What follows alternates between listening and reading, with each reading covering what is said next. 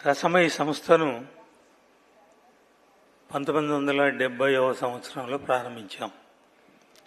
అప్పటి నుండి ఇదే రవీంద్ర భారతి వేదిక మీద ఇవాళ మనం నిర్వహిస్తున్న ఎన్టీఆర్ గారి సభలు 30 సభలు చేశాను. ముఖ్యమంత్రిగా ఉన్నప్పుడు వారు ముఖ్యమంత్రిగా వచ్చేవారు.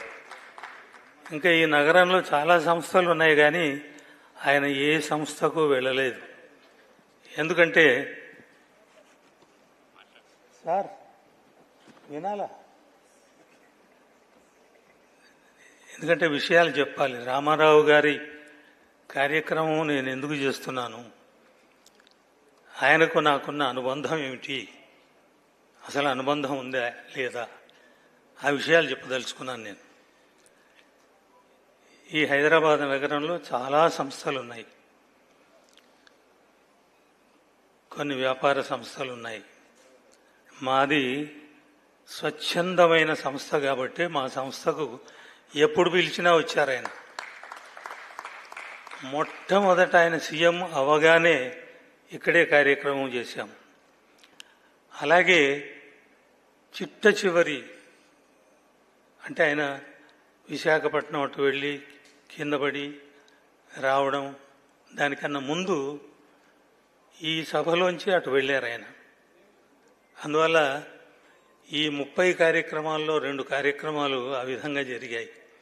ముఖ్యమంత్రి అయ్యాక నేనే చేశాను. ఆయన ఇంకా ముఖ్యమంత్రి పదవి దిగిపోతారన్నప్పుడు కూడా రసమై తరఫునే చేయడం జరిగింది. ఎందుకంటే చిన్నప్పటి నుండి నాకు రామారావు గారంటే అభిమానం. నాగేశ్వరరావు గారంటే లేదా ఉంది, కానీ వాళ్ళిద్దరితో సమానంగా నేను కార్యక్రమాలు నిర్వహించిన వాడిని నేను ఒక్కడనే ఈ హైదరాబాద్లో. ఒకసారి అనంతపురంలో అక్కినేని నాగేశ్వరరావు గారికి మా రాయలసీమ 44 జిల్లాల నుంచి ఆహ్వానించి ఆయనకు సన్మానం పెట్టాను అక్కడ.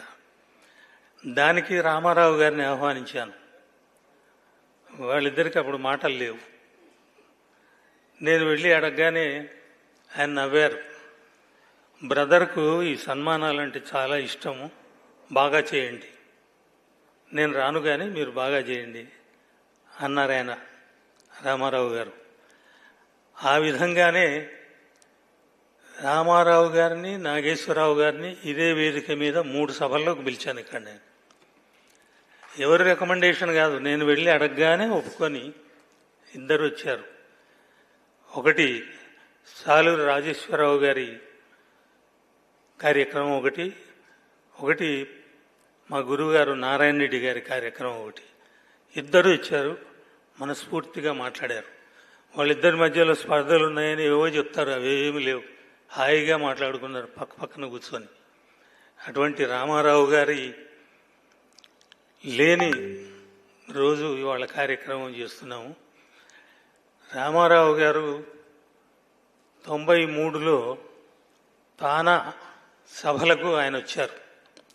నేను మహాభారతాన్ని ఒక 5 సీడీలుగా తయారు చేసి వాటిని అక్కడ అమెరికా వాసులకు నేను సమర్పించాను. వారిని చూసి నేను అడిగాను అక్కడ, మీరు దీన్ని ఆవిష్కరించాలి అంటే అక్కడ ఉన్నవాళ్ళు తానా వాళ్ళు ఈ కార్యక్రమం ఆల్రెడీ ఫిక్స్ అయిపోయింది, తర్వాత చూద్దామన్నారు. అప్పుడు రామారావు గారికి చెప్పాను ఆ విషయం. చెప్తే వాళ్ళని పిలిచి కష్టపడి ఎక్కడి నుండో హైదరాబాద్ నుండి వచ్చి క్యాసెట్ ఆవిష్కరించమని అడిగితే మనం బాగుండదు, నేను ఒప్పుకుంటున్నాను అని ఆయన ఆ కార్యక్రమానికి వచ్చారు. తర్వాత రామారావు గారికి నేను చాలా పాటలు రాశాను, మా అనుబంధం అది. ఆయన తరఫున నేను మద్రాసు వెళ్ళి పాటలు రికార్డింగ్లు చేయించుకొచ్చాను. అందరికీ సాధ్యం కాని విషయం అది. అటువంటి రామారావు గారి మీద ఉన్న ప్రేమతో ఈ కార్యక్రమాన్ని చేస్తున్నాను, ప్రతి సంవత్సరం చేస్తున్నాను.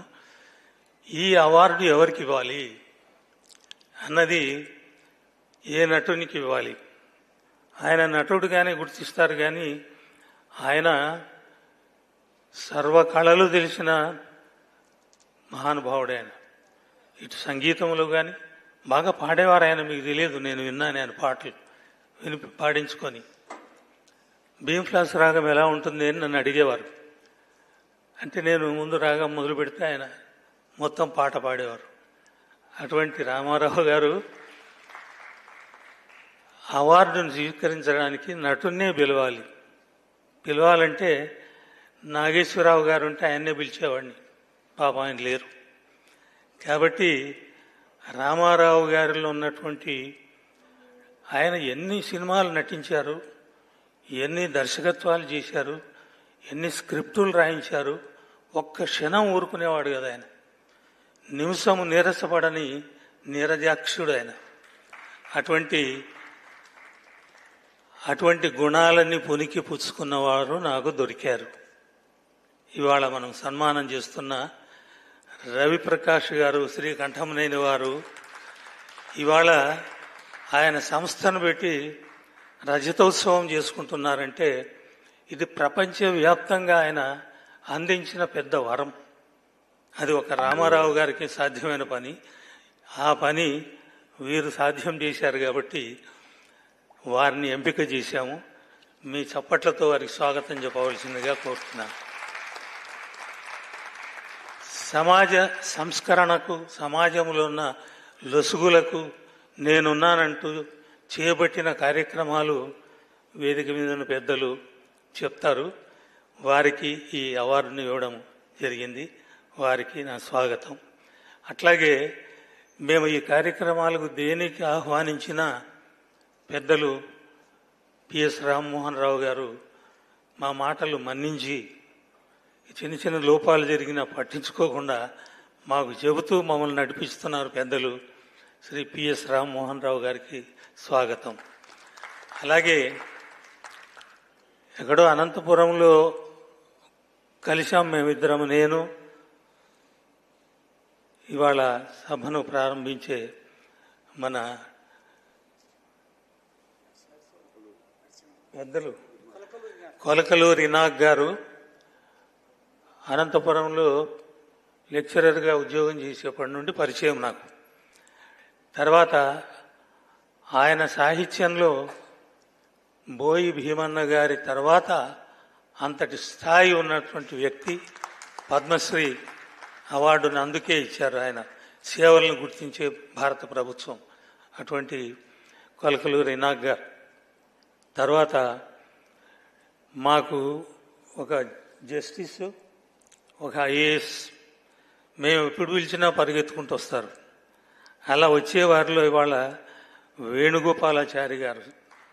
ఆయన హృదయం సముద్రమంతా, ఆయన సముద్రాల వేణుగోపాలాచారి గారు. వారికి స్వాగతం. ఇంకా జస్టిస్ చంద్రకుమార్ గారు రావాల్సింది, దారిలో ఉన్నారు, వస్తారు. అలాగే నరసింహప్ప గారు, మాకు డాక్టర్ పిఎల్ సంజీవరెడ్డి గారు ఎంత మమ్మల్ని ఆదరించారో ఆ స్థానాన్ని మాకు అందించిన వ్యక్తి నరసింహప్ప గారు. ఆ నరసింహప్ప గారు రసమయ కార్యక్రమాలు ఏ ఉన్నా నేను అధ్యక్షునిగా ఉన్నాను, మిమ్మల్ని చైర్మన్ చేస్తాను అన్నాను. వద్దు, నేను మీకు పిలిచినప్పుడల్లా వస్తానని అన్నారు. అదేవిధంగా ఇవాళ వచ్చారు. వారికి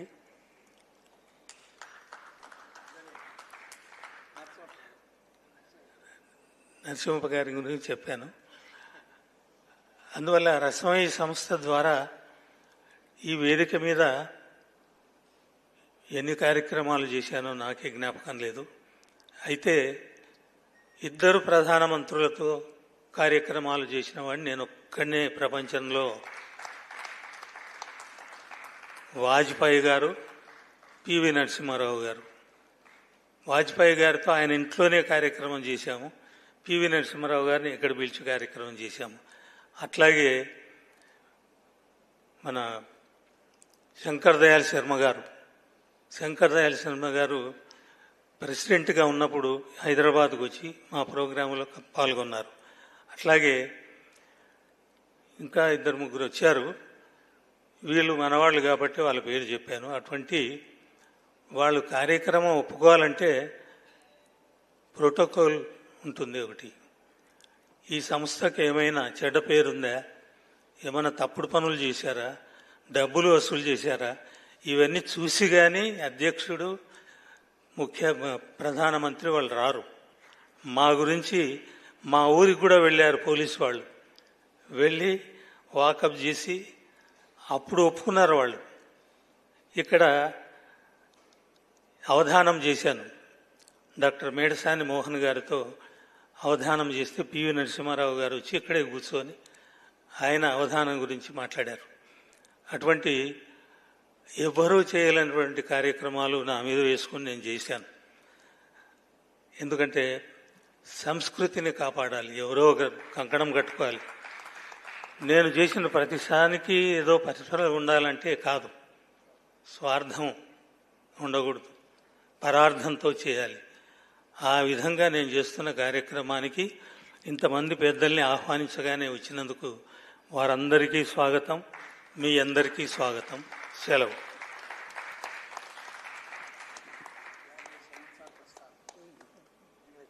సంస్థాగత అధ్యక్షులు